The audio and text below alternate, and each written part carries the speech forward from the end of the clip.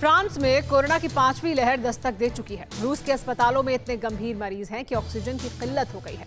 Germany में भी मामले तेजी से बढ़ रहे हैं। अब सवाल यह है कि भारत का क्या होगा। त्योहारों का सीजन तो बीत गया, लेकिन अब शादियों का मौसम आ गया है। 25 लाख शादियां होने का अनुमान है, यानी कई पार्टियां होंगी, लाखों लोग एक जगह जमा होंगे।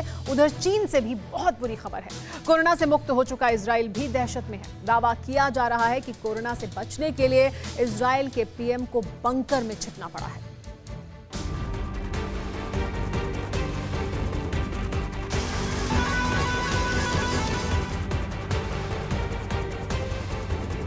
दिवाली धनतेरस पर उमड़ी इस भीड़ को याद कीजिए। बाजारों में इस ठेलम ठेल ने साबित कर दिया कि हिंदुस्तान के करोड़ों लोगों ने दिल से कोरोना की दहशत को निकाल फेंका है। छठ के साथ त्योहारों का दौर खत्म हो गया, लेकिन भीड़ खत्म नहीं होगी, क्योंकि सर्द मौसम में अब शहनाइयां गूंजने लगी।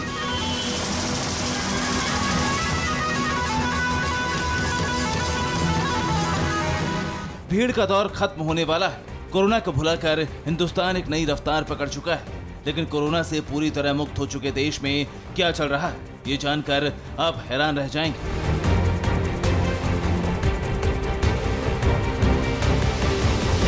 ये यरूशलेम की पहाड़ियां हैं।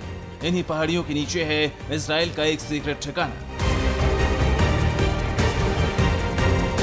चट्टान के भीतर मौजूद उस तहखाने को परमाणु विस्फोट से बचने के लिए बनाया गया था, लेकिन गुरुवार को इजराइल के पीएम नेफ्ताली बेनेट और उनके कुछ करीबियों को बंकर में लाया गया। वजह सुनकर आप हैरान रह जाएंगे। ये कोरोना से बचने की ड्रिल का हिस्सा था। इजराइल वही देश है जो कोरोना को सबसे पहले हराने वाले देशों में शामिल है। ड्रिल कोरोना के वेरिएंट से बचने के लिए किया गया। इजराइल में गुरुवार को पूरे दिन ड्रिल की गई। कोरोना से निपटने की तमाम तैयारियों की समीक्षा हुई। पीएम बेनेट को पूरे दिन के लिए बंकर में छुपाया गया। इजराइल में भी कोरोना के दौरान लॉकडाउन था और इसी साल के जून के बाद से देश अपनी अर्थव्यवस्था को सुधारने में लगा है। पीएम को बंकर में लाने का मकसद ये देखना था कि क्या कोई वायरस बंकर के भीतर भी जा सकता है।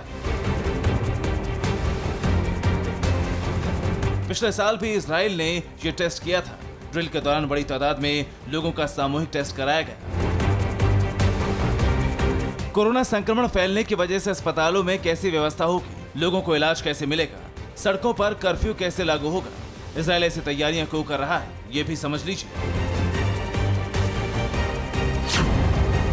फ्रांस में बुधवार को 11,883 नए मामले दर्ज किए गए।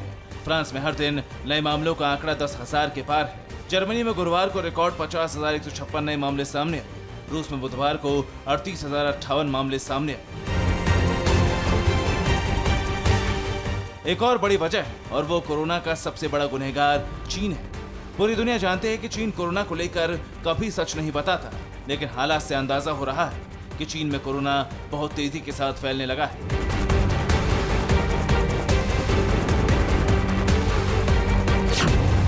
राजधानी बीजिंग में मॉल बंद करने का आदेश दिया गया। कई जगहों पर हाउसिंग कॉम्प्लेक्स को सील कर दिया गया। लोगों को बिना वजह घर से बाहर नहीं आने को कहा गया है। चीन के इस फैसले से पता चलता है कि बीजिंग में कोरोना के हालात अब बेकाबू होते जा रहे हैं। रिपोर्ट के मुताबिक बीजिंग में सिर्फ 6 कोरोना पॉजिटिव मिले हैं, लेकिन जिस तरह से हाउसिंग सोसाइटी को सील करने का आदेश आया है, उससे जाहिर हो रहा है कि संक्रमण कई इलाकों में बहुत ज्यादा है। चीन कोरोना के लिए अब रूस को दोषी ठहरा रहा है।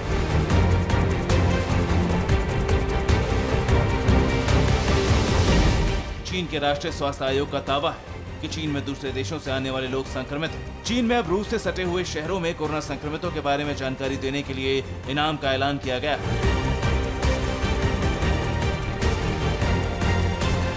अब कोरोना संदिग्ध या संक्रमित के बारे में जो भी जानकारी देगा, उसे 1 लाख युआन यानी $15,500 दिए जाएंगे।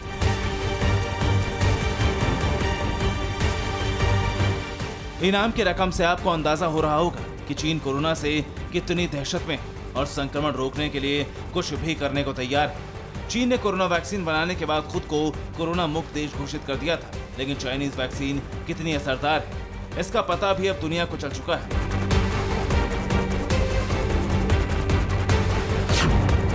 चीन ने अब बच्चों के लिए भी टीका बना लिया है। चीन में अब 3 साल से अधिक उम्र के बच्चों को वैक्सीन लगाई जाएगी। चीन का दावा है कि देश में 76% आबादी का पूर्ण टीकाकरण हो चुका है।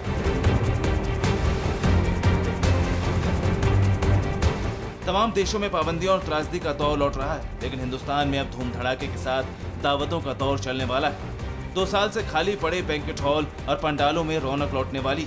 सड़कों पर फिर पहले की तरह बारात निकलेगी, जाम लगेगा और एक शादी समारोह में सैकड़ों हजारों लोगों की भीड़ जुटेगी।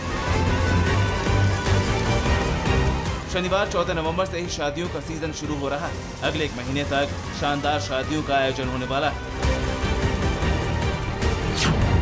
Confederation of all India traders के मुताबिक दिल्ली में 13 दिसंबर तक करीब 1.5 लाख शादियां होंगी। शादियों में 50,000 करोड़ रुपए का कारोबार होगा। 1 महीने के भीतर देश भर में करीब 25 लाख शादियां होंगी। 3 लाख करोड़ रुपए से ज्यादा का कारोबार देश में होगा। 13 दिसंबर के बाद थोड़े से वक्त का विराम है। इसके बाद फिर मकर संक्रांति के बाद से शादियों की शुरुआत होगी। इन आयोजनों में कई ऐसी शादियां भी होंगी जो कोरोना की वजह से टलती रही, यानी ज्यादातर जश्न जोरदार रहने वाला है। अब सवाल है कि जब दुनिया के कई देशों में कोरोना का नया फेज आ चुका है, कई देशों में फिर से पाबंदियां लग चुकी, कई देशों में कोरोना के नए फेज से निपटने की तैयारी चल रही है, उस दौर में क्या सावधानी बढ़ाने की जरूरत नहीं है?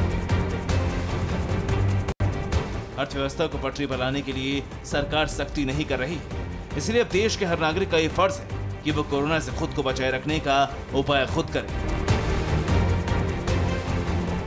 Bureau report, TV9 Bharatvarsh.